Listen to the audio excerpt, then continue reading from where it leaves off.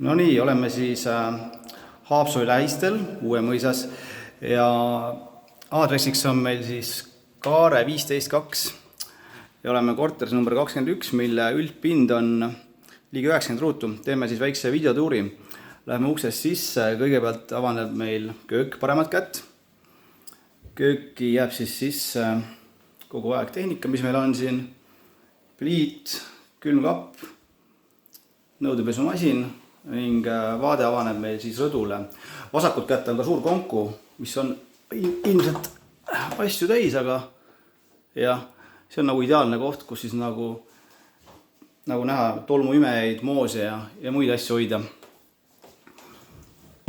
Köök on piisavalt suur, et siin ka saab nagu siis süüa. Et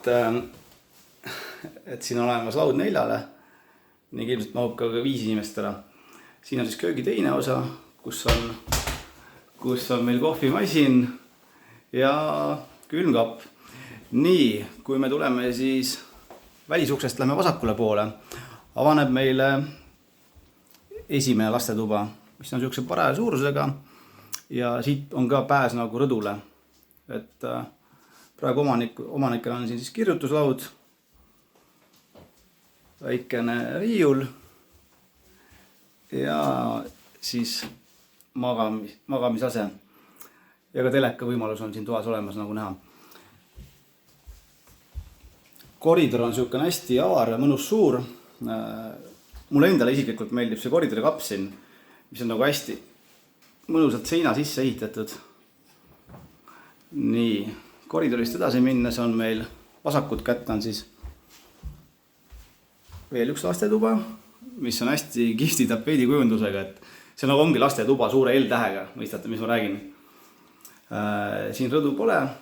Kütteallikaks on meil siis elektriõliradiaatorid ning õhk-pump. Küttearvetega saate tutvuda failidest, mis on kuulutuses. Siin samamoodi on olemas siis teleka võimalus ning siuke ta on. Vaatame, mis meid siis edasi ootab. Lähme siis magamistuppa, ma arvan. Magamistuba on siukse, see on siis nagu master bedroom, võib öelda. Et see on siukse mõnusa suurusega, et hästi kujundatud, värskelt renoveeritud, nagu näha.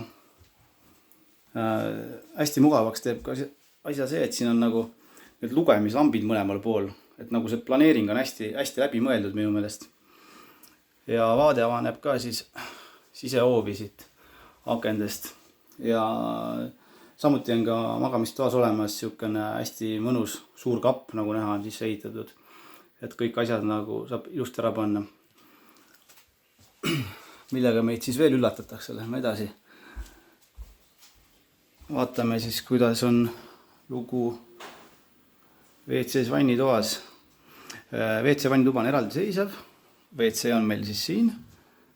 Siukene, nagu lihtsalt meil näha on. Vannituba on plaaditud täisplaadi all ja olemas on ka põrandaküte ning lisaks on ka olemas saun. Viilume sisse, et siuksele, ma arvan, et kolmekesti kannatab täitsa ilusti sees olla. Võt siuke ta on meil. Keerame ümber. Ja siin on meil siis ka vann dušiga ning kraanikauss. Vaatame, kuidas see suum tuli. Okei. Hästi, vaatame ka siis viimast tuppa, milleks on meil siis elutuba. Elutuba on ka hästi avar ja suur, siukse hea planeeringuga. Ja vaatame.